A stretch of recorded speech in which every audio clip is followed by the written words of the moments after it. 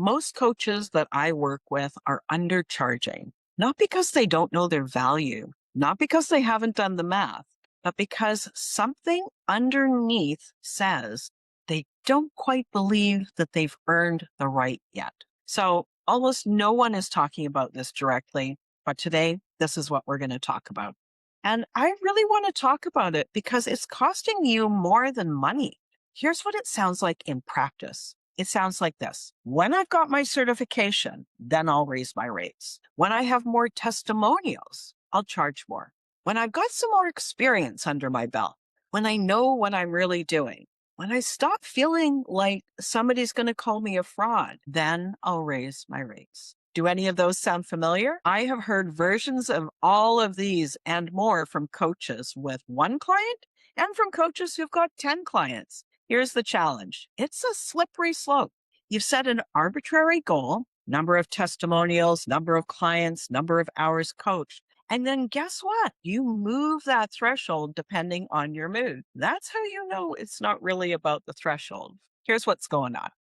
High achievers are really good at building cases against themselves. They hold themselves to a standard of proof that would never apply to anyone else. If your friend told you that she was hesitating to raise her rates because she's only got 12 testimonials instead of 20, you would tell her she's absurd. But for yourself, 20 sounds reasonable. But so does 30, and so do 50. So does waiting until you feel ready. The problem is that ready is not a feeling that arrives on its own. Ready is a decision. Let me share with you what undercharging really costs. Of course, the most obvious thing is the money. You're doing the same work for less. Over a year, those numbers add up. Real numbers really add up in your bank account.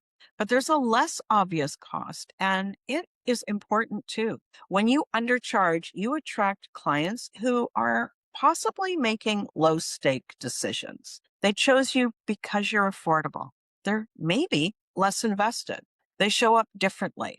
They do the work differently. Now, I know that's a generalization and it's not always true. Of course, there are some people who literally cannot afford a higher rate, but in general, this applies. When you charge less, people are less invested in doing the work.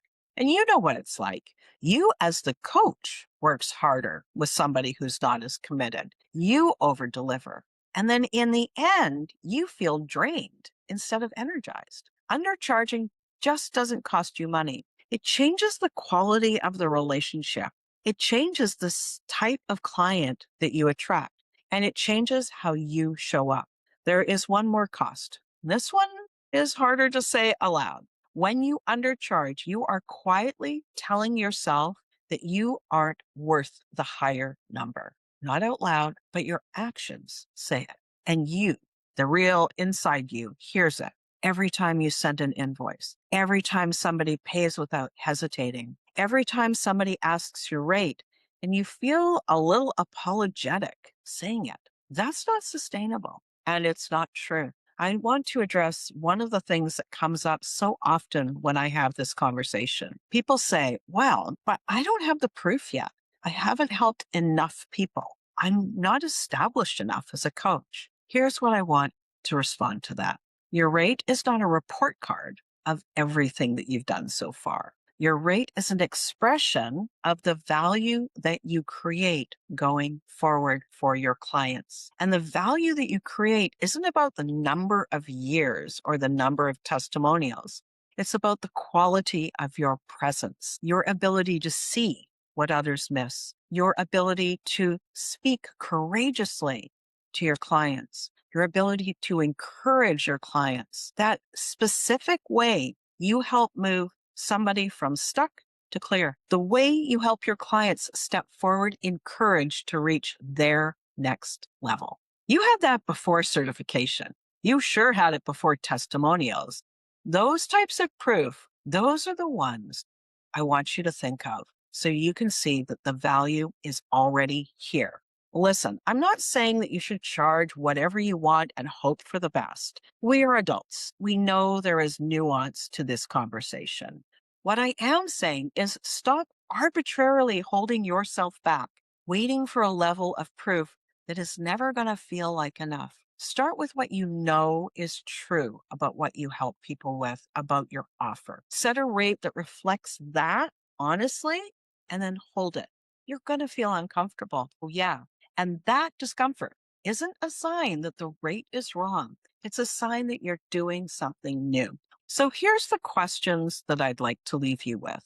What are you waiting to earn? What are you wanting to change your rates to? What's the threshold that you've put in front of yourself before you'll allow that to happen? Name it specifically. And then ask yourself honestly, if you hit that threshold tomorrow, would you actually raise your rates or would you just move that goalpost? Because if the answer is probably I'd move the goalpost, then now you know that threshold that you set isn't the problem.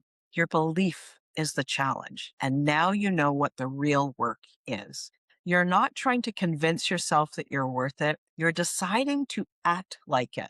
I'm so glad you're here. As this episode goes live, I want you to know I have some space in my private practice for a couple of more clients. If this sounds like you, then we should talk. I'll put a link in the episode notes so you can book a time for a conversation. Thanks again for spending time with me. I'll see you on the next episode.